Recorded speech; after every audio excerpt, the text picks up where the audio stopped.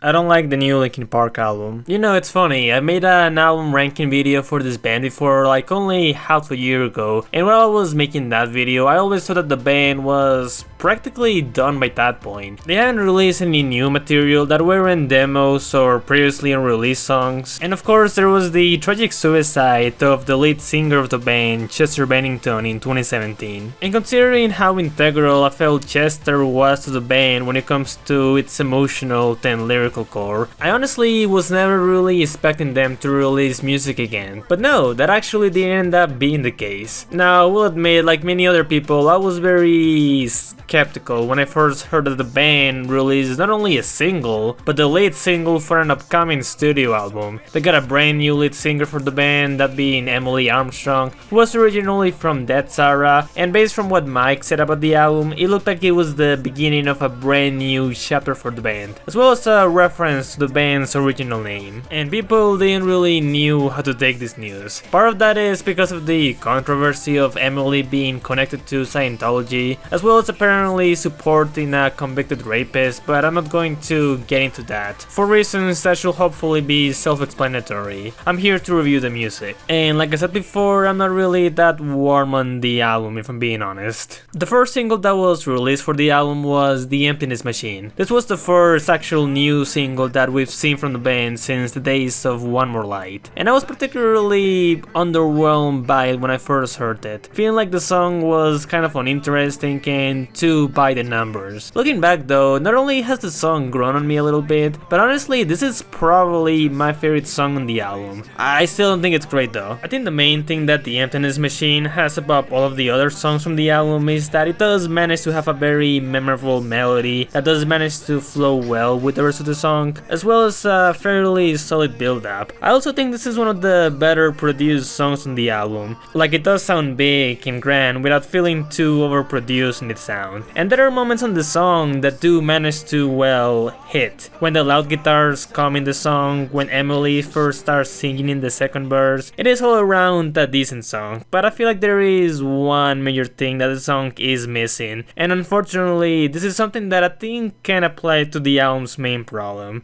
It doesn't really feel inventive or unique at all. Okay, I understand that to an extent the band do kind of need to play a little bit safe for a comeback like this. After all, people have been warmer to the band more than ever in the past 5 years or so, and I don't mind them going back to the sound of an older album. The problem is that the music in this album just feels like a watered down version of that sound. Actually no, it feels like a watered down version of mainstream modern rock in general. At the very least, a watered down version of the more tolerable side of mainstream modern rock. Yeah, don't worry, this doesn't sound like Imagine Dragons, which frankly thank god. Still though, From Zero just feels like the sound of a band that is going through the motions. Yeah, it is mostly well produced and there's really nothing downright awful in any of these tracks, but as a whole I feel like most of the songs just kind of go one ear and out the other. It just feels too surface level. And it sucks because that's kind of the opposite of what I came for Linkin Park. Yes, they've always had a mainstream sound since Hybrid Theory, but there's a reason why the band stood out among almost all of the other new metal bands, and also generally a lot of the mainstream rock bands as well. They were unique. They were blending their new metal sound with industrial and generally more electronic instrumentation, and Chester's performance in these albums, especially in the first two albums, felt like it had more weight to it than say Disturbed or Godsmack. This applies to some of the later albums as well actually. A Thousand Suns, however you feel about it, was undeniably an experimental venture that didn't even really feel like it was catering that much to a commercial sound, although the album still had some modest hits regardless. The Haunting Party was them heading into a much more dirty and raw rock sound that was not really seen that much for mainstream rock at the time. Hell, even Minutes to Midnight was kind of unique. I know that I've compared that album to U2 in my other video, but there were still several tracks on that album that had a sense of earnesty and identity that was specifically unique to Linkin Park. From Zero doesn't really have much of that. I remember seeing people compare The Emptiness Machine to other Linkin Park albums at the time. Oh, it kind of sounds like Meteora. Oh, it kind of sounds like Living Things. Oh, it kind of sounds like Minutes to Midnight. That last claim I still don't get.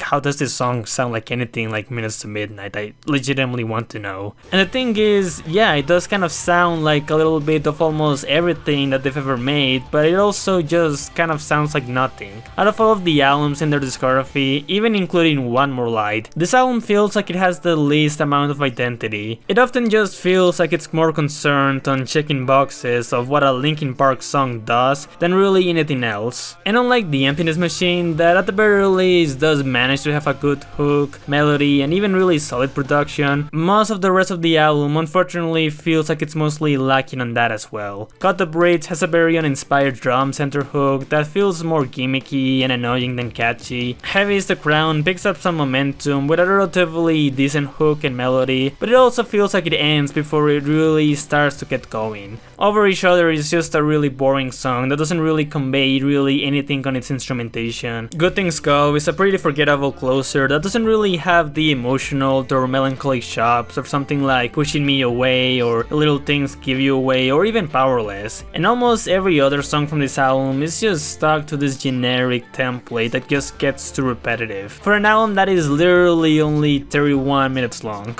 But okay, that's on the instrumentation itself. What about the vocals? I mean, after all, this is the first album with a brand new vocalist. Will Emily fill the void that Chester left? Well, no. I mean, okay, Emily is not a bad vocalist. She sings well, she carries power and grit in her voice. Heck, I can even see her working well with Linkin Park. My problem is really more so how she's using her voice in the album. Like I said before, Chester was one of the most integral aspects of Linkin Park to me. He was the emotional and lyrical core to the band. And his vocals, whether they were soft or loud, I always felt like they was very much his vocal style. He's one of those vocalists that I think if anyone tried to do exactly the same thing Chester was doing, it will most likely just sound like a cheap imitation if it's not done as a homage. And honestly, I don't think Emily really does manage to stray away that much from that trap. For an album labeled as a new chapter for the band, I feel like this album is not really trying to feel like a new chapter. As for most of the times Emily is singing on the record, it just sounds like she's trying to be the next Chester rather than it being its own thing. Especially when it comes to whenever she's doing screaming vocals.